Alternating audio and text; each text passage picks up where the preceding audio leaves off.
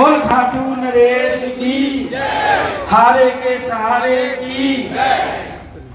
यहाँ उपस्थित बुजुर्गों, माताओं, टीम पंडित जी के सभी परिवार को चरण स्पर्श,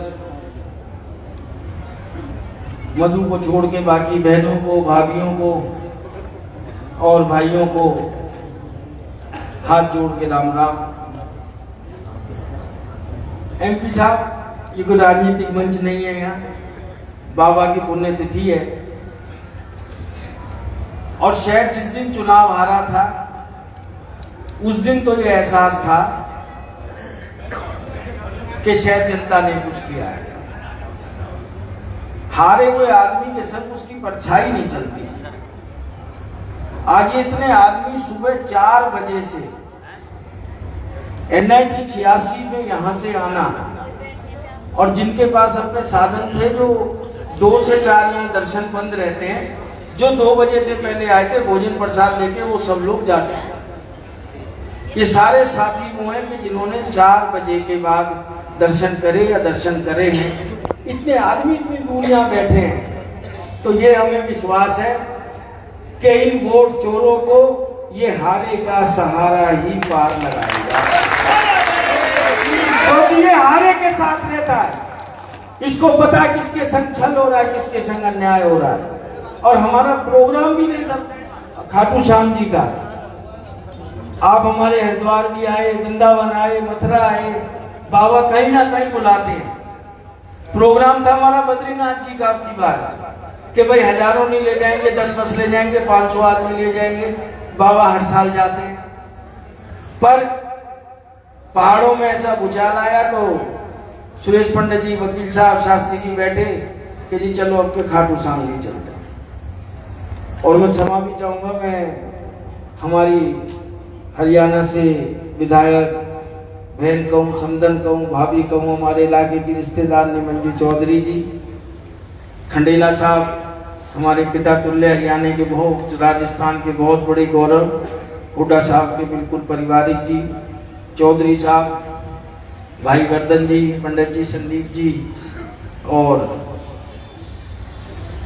सुभाष छाबड़ी जी और सोलंकी जी, वीरेंद्र सिंह भाई जी और MP साहब, अभी यहाँ DSP साहब भी मिले, संजय जी। बचपन उनके संग बहुत बीता, उनके पिताजी और हमारे बहुत ही बड़े अच्छे दोस्त हुआ करते थे। अचानक मुलाकात हुई, मैं सबका यहाँ आपका स्वागत भी करता हूँ। भाई जिसका नाम रह गया उसके लिए हाथ जोड़ के माफी भी चाहता हूँ। वेद प्रकाश सोलंकी के MP साहब, आज में मेरा रोम रोम कह रहा है कि मैं भी कुछ दिन बहुत उदास था कि यार 30,000 की हार है। हालांकि 30,000 की हार राजनीति में दीवार पे लिखी होती है। उम्मीदवार को टाइम नहीं देता कोई कि आपको मीटिंग करनी। पर आज जो राहुल जी ने बीड़ा उठाया और जो चीजें आ रही हैं और आने वाले समय में हमें ऐसा पता है, हरियाणा में भी आप कुछ ऐसा करोगे, आप तो अपने हिसाब से करोगे, पर आज मुझे यकीन है ये श्याम बाबा हमें ये आशीर्वाद देंगे।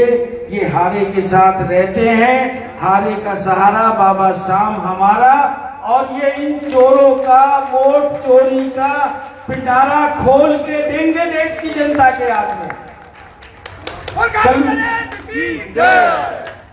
MP साहब, मैं बाबू जी की पुण्यतिथि पे बैठा हूं, मैं नाम नहीं लेता, मैं कल इतने बड़े अफसर के पास था और इतनी बड़ी जगह पे था,